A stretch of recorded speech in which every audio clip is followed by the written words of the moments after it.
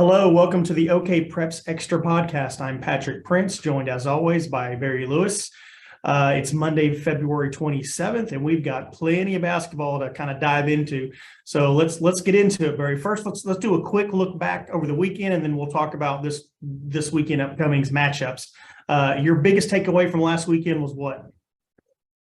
That 3 of the 4 6A boys regional hosts lost. So as in contrast to the 5A boys regional hosts, who all 4 of them won, they swept. So it was a tough Saturday night to be a regional host in 6A East. I mean, what do you chalk that up to anything, or is that just how the ball bounced?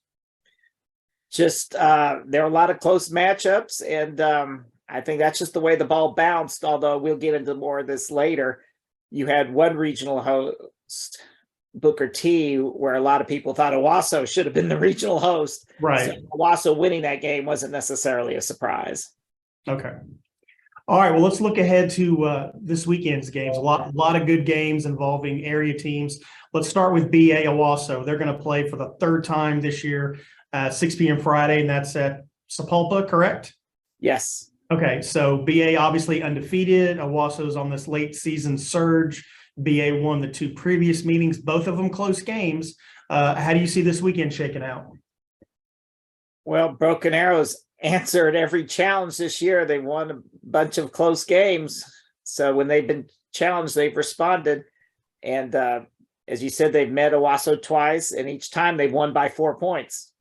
The second time they had to rally from a big deficit in the second half to beat Owasso. So even though Broken Arrow's 24-0 and Owasso's 16-8, it's almost like you can throw out those records in a sense when you're talking about, normally you talk about 24-0 team against 16-8. You think, hey, Broken Arrow should be like a 12-point favorite. That's not the case. I mean, it's probably going to be a 4-point game again. They can go either way. Owasso's got a lot of momentum. They're also young. So, 2 of their key players are freshmen. It's gonna be a great game. So if you had to pick one team, who would you pick? In that game, even though I'm one of those who say it's really tough to beat a good team 3 in a row like this, I'm going to give Broken Arrow the edge. Okay. Connor Dow is quietly the Oklahoma State signee. For an Oklahoma State signee, he's quietly having a really, really good year. And he doesn't have to score a ton for them. So I just think that in the end, he might be the difference. Okay. Let's talk about Owasso's Gabe Patterson for a minute. He had a pretty good game on Saturday night, and I'll just let you take it from there. He kind of, I hate to say step up, but that's what he did. He kind of stepped up at a big time. 6'4" junior at 15 points and 9 rebounds. He was hurt early in the year and it's really just sort of come on late. And he gives Owasso that little bit extra.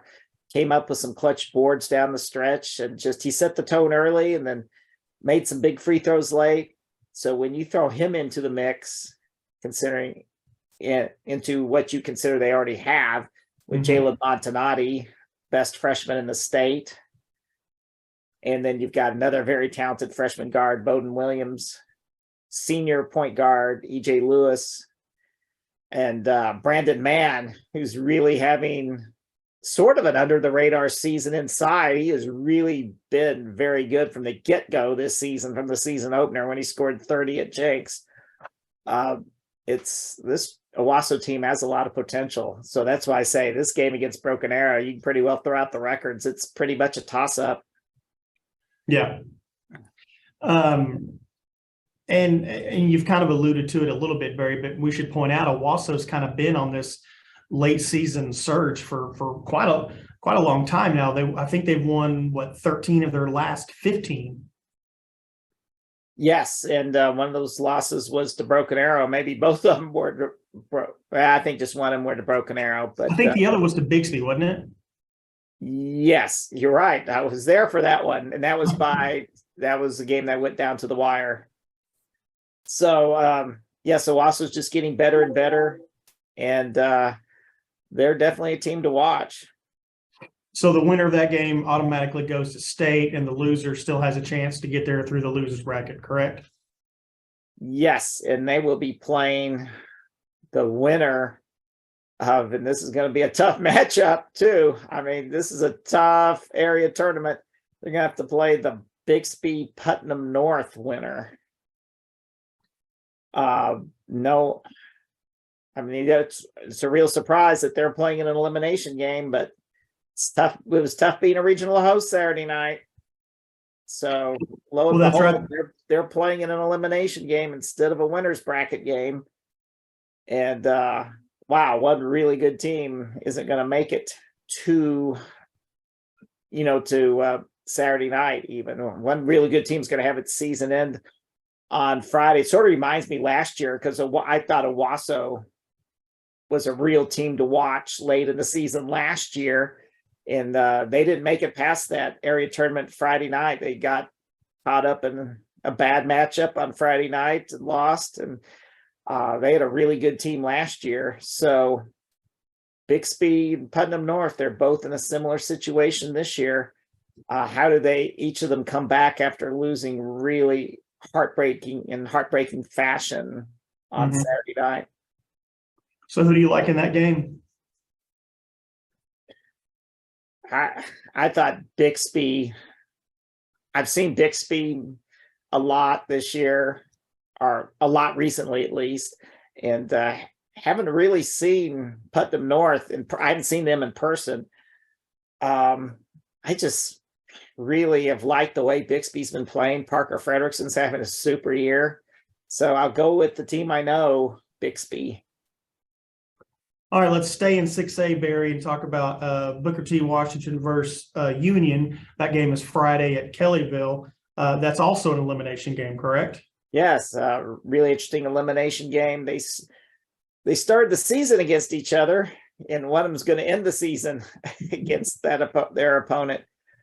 Booker T won the opener, and then the two teams met a few weeks ago at Union. Game went into overtime. Great game, and Union prevailed in that one. So again, it's a case where one real good team is going to be going home. I guess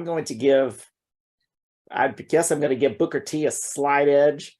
Again, it's a toss-up game. Yeah, I think this is another game that has potential to go into overtime. But I'll give Booker T a slight edge. Although I will say, when Union, as it did late in the Southmore game in the regional opener Friday, they can just get the ball into Big E, 7-foot Eric Madrid consistently and just pound it and pound it and pound it. He's pretty close to unstoppable. Yeah. All right, Barry, let's take a real quick break and we'll come back with some 5A talk. All right, Barry, in 5A, we got Top Rank Memorial. They've done what Memorial does, this year against number 4 Hale, 20-4 Hale. That game is Friday at Jinx. Winner goes to state. Loser has to kind of work their way back. How do you see that one breaking down? These teams have played 2 games that have gone down to the wire this year. They opened the season against each other, went to overtime. Memorial needed a last-second shot to send it in overtime. And that was really sort of the statement, even though Hale lost that night, that was a statement Hale made that say, hey, we're going to have our best season in 25 years. And then the teams played on February 6th. Hale got off to a big lead in that game. Memorial came back and won by 3. So this game is probably going to be another one-possession game. It has that potential. It's tough to pick against Memorial just because they've been there, done that. They've got the experience. So I would give Memorial the edge over Hale, but what a season it's been for the Hale Rangers. Well, I was just thinking that, Barry. And how impressive would it be if they knock off Top Rank Memorial and qualify for state? That'd be a really nice story. That'd really be the way to do it. And one thing and I've talked with coaches about this at all levels, all classifications. It is so tricky I'm thinking about Hale in this situation going against a blockbuster matchup against Memorial, but I'm also thinking this you could apply to Owasso Broken Arrow. That you get all caught up in a game that looks like a toss-up game Friday night, and you go in as a regional champion, so you go into this weekend 2 games to win 1, 2 chances to win 1 potential if you need it. So, but it is the worst thing that can happen to a team is for it to be all spent on Friday night and lose. And then you got to come back Saturday. I haven't done any studies on this, but I would say like in all classifications, I was just talking to a coach about this about an hour ago on the phone, who's in this situation this week, who's got 2 chances to win 1, about the strategy on that Friday night. Like, or if your team falls behind 15 or 20 points in the 4th quarter, when do you pull the guys out? Keeping in mind, you don't want to exhaust yourself on Friday night. You still got another chance to win Saturday. There haven't been any studies on this. So I don't have any stats to back this up, but I would say that regional champions only win about half the time on Saturday night against team coming through the losers bracket, just because usually the team coming through the losers bracket, they're coming off a win on Friday, and especially in the lower classifications, they're also getting more. They also have more rest in 2A, 3A, and 4A. They played in the afternoon Friday as opposed to their opponent playing in the winners bracket games played on Friday night. So I think maybe it's even more exaggerated in 4A, 3A, and 2A. The advantage of the team that's coming through the losers bracket has an advantage in that Saturday night game. So there's so much strategy goes into on Saturday. When do you wave the white flag on Friday if you fall way behind, and don't exhaust your players, because you do have another game you've got to get ready for. I've seen teams just totally wiped out that have lost that Friday game. They've been so invested in that, and understandably so, but then they don't have anything left on Saturday when you've got another chance to get to state. So it can be tough. We talked about it was a tough being a regional host in 6A East boys last week. It can be tough being a regional champion when it comes to area tournaments sometimes. Yeah, that's an interesting point, Barry. I hadn't really thought of that, because they're not, I mean, maybe for some holiday tournaments or whatnot, but they're, typically they play Tuesday night and Friday night. They're just, on one hand, they're young kids and you figure they can bounce back pretty quick, but they're, playing back-to-back nights is not something they're used to doing. Yeah, I remember back in 2012, Union and Booker T played a classic. I think it was a triple overtime game. And on that in the area tournament championship game, I think this was Shea Seal's last year as Booker T's head coach, and they were definitely I think that was like a battle. Arguably, those were 2 of the top 3 teams in the state, no doubt about it. And the next night, Booker T's coming back off that triple overtime game, and you could see the players have no legs on them.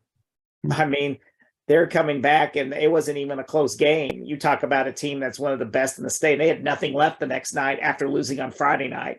So sometimes it's not, if you're going to lose on Friday night, it's not necessarily the worst thing if you lose like by 12 or 15 points and you don't spend all your energy in that game. Yeah. All right, Barry, the last game that we'll break down, we'll stay in 5A. Another TPS school, Edison. They're ranked 2nd, taking on 3rd-ranked Holland Hall. Both have 4 losses on the season. That game's Friday at Catoosa. How do you see that one? Edison was one of those teams last year that was a regional champion, just like they are this year. And they wound up on the Friday night playing Memorial in the area championship game, and they spent too much. I mean, they played Memorial, gave Memorial one of its toughest games of the season, but it came at a cost. So that was really satisfying for Edison and very impressive, but it came at a cost for Edison because they didn't have a lot in the tank the next night. So against the team, in a lot of cases, they should have beaten.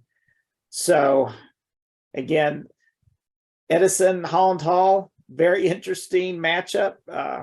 Michael Parrish, Edison's head coach, against Teddy Owens, Holland Hall's head coach. Teddy Owens was once an assistant for Michael Parrish at Edison a long time ago, about 20 years ago. So both of them, this is almost a toss-up game too. I'm going to give Edison a little bit of an edge against Holland Hall. Holland Hall moving up this year to 5A. I just think Edison's just a little bit better, but it should be a really close game at Catoosa. All right. Do you know which games you're going to be at this weekend, Barry?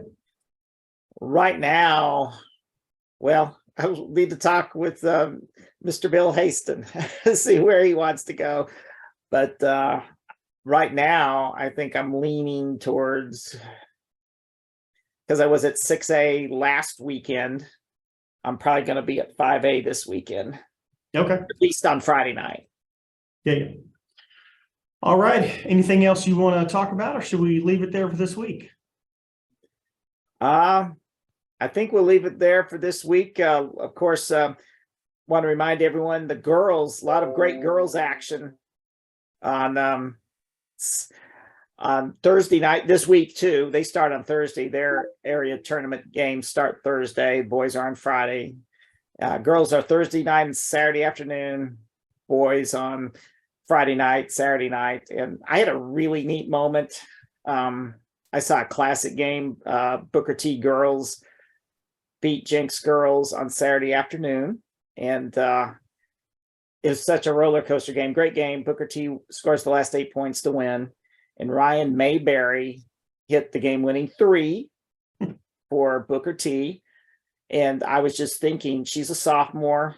And all of a sudden I had flashbacks when I remember talking to her dad, Lee, the first time when he was a sophomore back in 1985 when I was at the Tulsa Tribune. So here I am 38 years later talking to his youngest daughter, Ryan, after she hit the winning shot. So I thought that was a pretty cool moment for me personally. So, I mean, it was a great game. Booker Jenks, Jill Tweehouse just had an amazing game for Jenks. And the Booker T and Jenks girls have played 4 incredibly classic games this season. So if they were to wind up meeting for a 5th time in the state tournament, it would be quite the game to watch.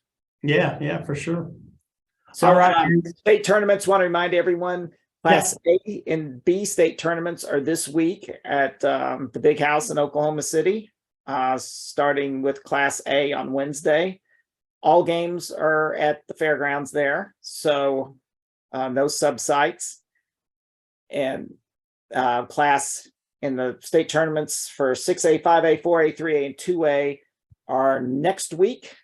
4A, 3A, 2A are in Oklahoma City, 6A and 5A at OU in something that's different this year. We can talk more about this next week. There are no sub-sites in 6A and 5A. It's all at Lloyd Noble. Well, that's okay. That's good, right? That's a good thing.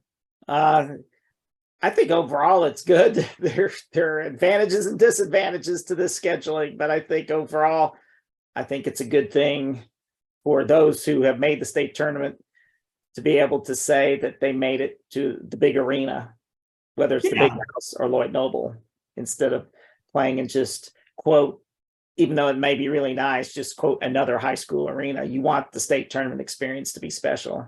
Yep, absolutely. Good point. All right, so we'll look forward to all that coverage this weekend. We appreciate everybody checking us out. You can download us for free at Google, Apple, or Spotify. And Barry, we'll talk again next Monday. All right, thanks.